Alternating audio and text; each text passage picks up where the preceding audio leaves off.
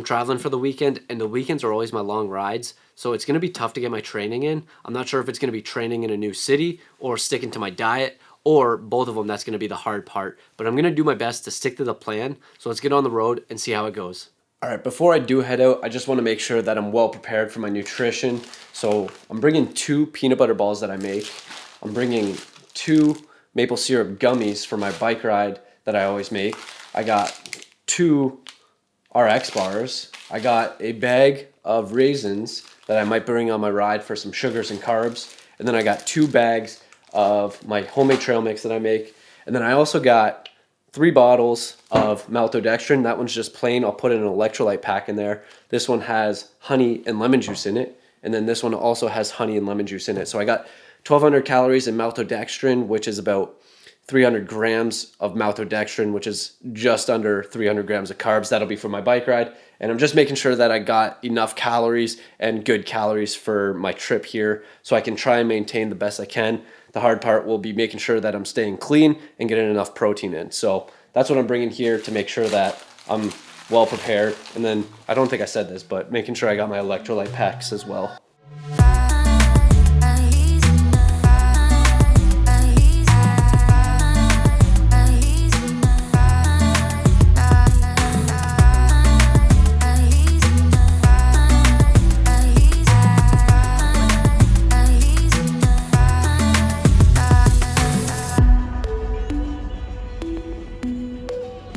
All right, morning of.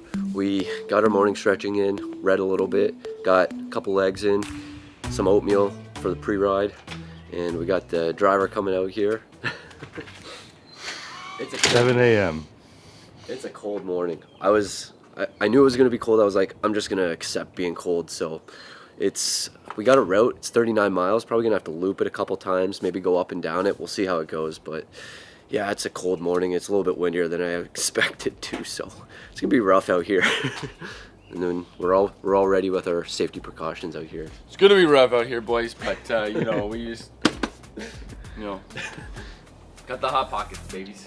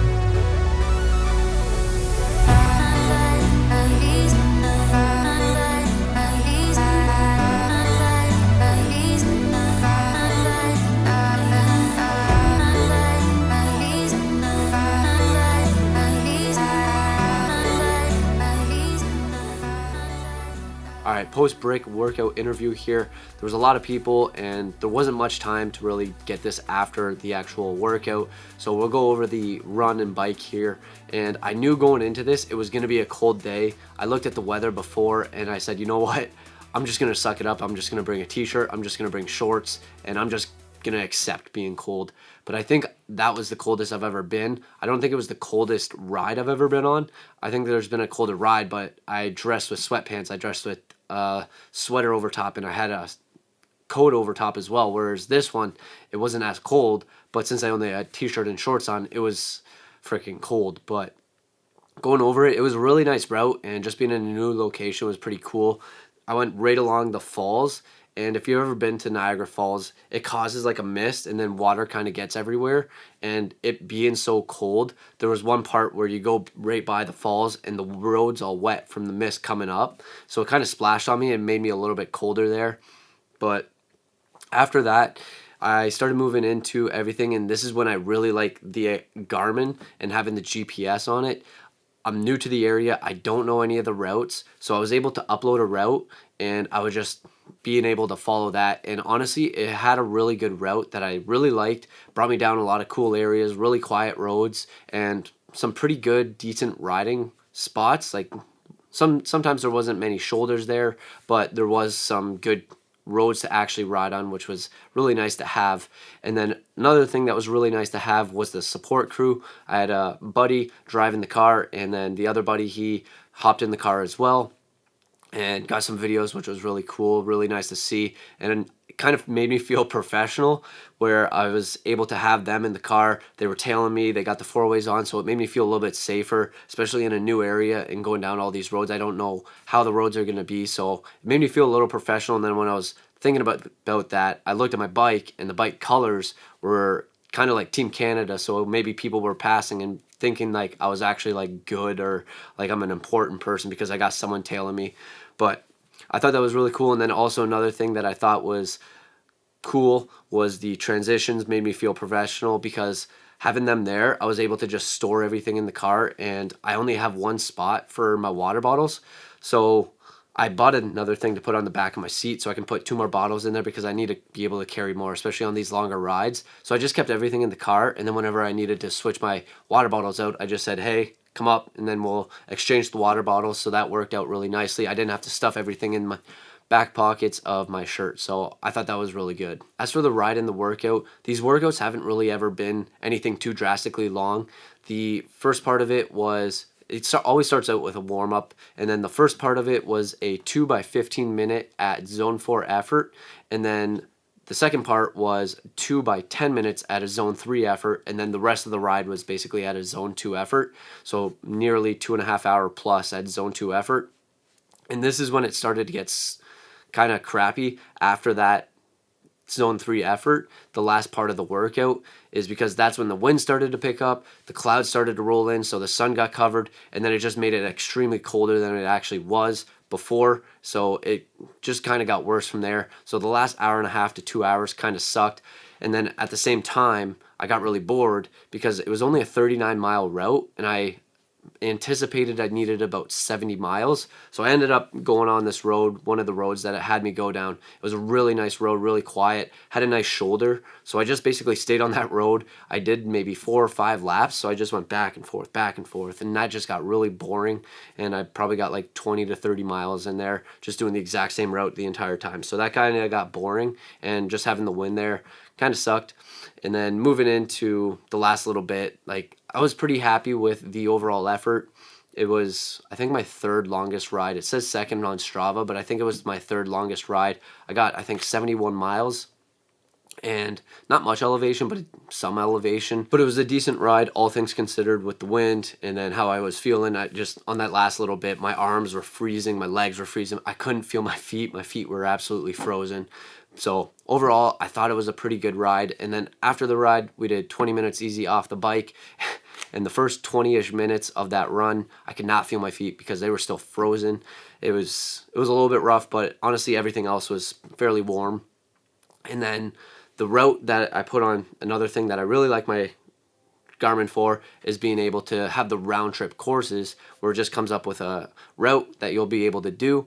And I was about 3 miles, so I knew that was going to be a little bit over 20-ish miles. So I did pick up the pace a little bit. I ran a little bit faster than I normally would at an easy effort, but honestly, I felt good on that run, and just being able to do that fairly easily, especially with frozen feet, it was pretty decent. And then just being able to have the route being in there in an area that I have no idea about any of the routes, it was just extremely good. The Garmin just makes me really love actually having it. And then if you haven't seen the actual video of me going from Apple Watch to Garmin, you can check that out as well. But overall, I thought these were some pretty decent efforts, got in my workouts, and we're not going to let anything stop us from getting our workouts in from now until our Ironman. Okay, it's another really cool day out here. We got a 70-minute interval run. I think I don't really know what it is, but it seems like a lot of hard efforts on it, but another new area. But the route that I created yesterday, and having this watch, is really clutch, because it's going to come up with a 10-mile run for me, because I have no idea where I'm at right now, and a route that I could do. So that's one thing that I'm a big fan of with this watch. I'm going to put 10 miles in. That's approximately what I'll run. And then I'm just going to follow that, and then we'll see how this goes. It's going to be my hardest efforts I've ever done, so we'll see how it goes. And I'm really tired. It's really cold, but I think after a few minutes we'll warm up. My knees have been sore, so we'll see how that goes.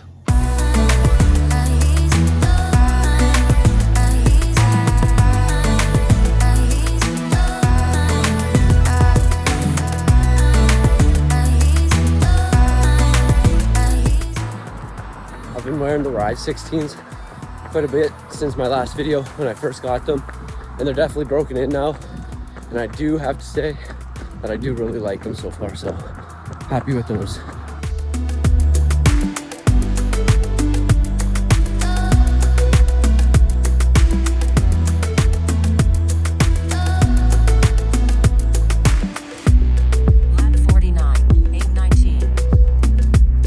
Now our post-game interview for our run on Sunday. Again, just really busy, a lot of people, so I wasn't really able to do this at the same day. And these runs are typically harder runs where it's got some difficult intervals built within. And for this one, I didn't think it was that hard, but at the same time, I did think it was hard. So let me explain a little bit.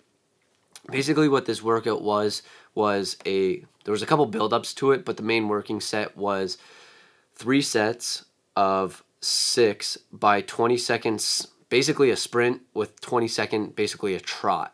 So there was 6 of those. So you do 20, 20, 20 for 6, and then you take about 3 minutes off, do an easy pace, and then you do it 2 more times. So the hard part came in is that these intervals were so short and so quick that it's tough to actually get up to speed, and for the watch to actually connect to it and pick up the speed and see if you're going fast enough, you're in the zone or you're not in the zone.